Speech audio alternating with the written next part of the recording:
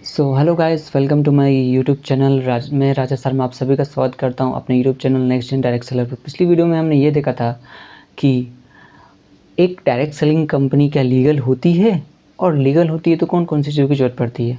आज इस वीडियो में हम ये देखने वाले हैं कि जितने भी इंडस्ट्री हैं डायरेक्ट सेलिंग कंपनियों में, मतलब जितनी भी इंडस्ट्रियाँ हैं, जितनी भी डायरेक्ट सेलिंग कंपनियाँ हैं, उन सब कंपनियों को रेगुलेट कौन करता है।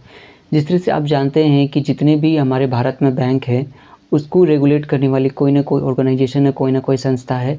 उसी तरीके से जितनी भी डायरेक्ट सेलिंग कंपनियां हैं, उनको भी रेगुलेट करने वाला कोई ना कोई ऐसी रेपुटेटेड, ऐसी एक कंप्लीटेड और एक फाइन जो ऑर्गेनाइजेशन है वो इसके अंडर आती है। तो चलिए आज हम इसके बारे में चर्चा करते हैं, जिसके बारे में हम जानते हैं। जिस तरीके से आप जानते होंगे कि भारत में एक आरबीआई बैंक है। आरबीआई बैंक जिस तरीके से सभी बैंक को रेगुलेट करती है, चलाती है, जितने फर्म्स हैं उनको चलाती है।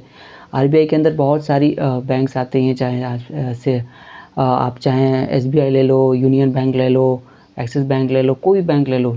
जितनी भी आप बैंक का नाम जानते हो सारे के सारे आरबीआई के ही अंडर में आती है। जैसे कि अगर कोई भी बैंक अगर आपका पैसा लेके चला जाता है या भाग जाता है, तो उस पैसे को आप कैसे रिकवर कर सकते हो, आप उसको आरबीआई के थ्रू रिकवर कर सकते हो।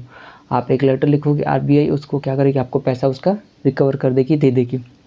उसी तरीके से आप समझिएगा कि जैसे जैसे एक डायरेक्ट सेलिंग कंपनी बढ़ती है, या जैसे कि उसको एक लीगल अथॉरिटी देनी पड़ती है इंडिया में, तो उसके लिए आईडीएसए होती है, जिसको आईडीएसए का फुल फॉर्म होता है Indian direct selling of association.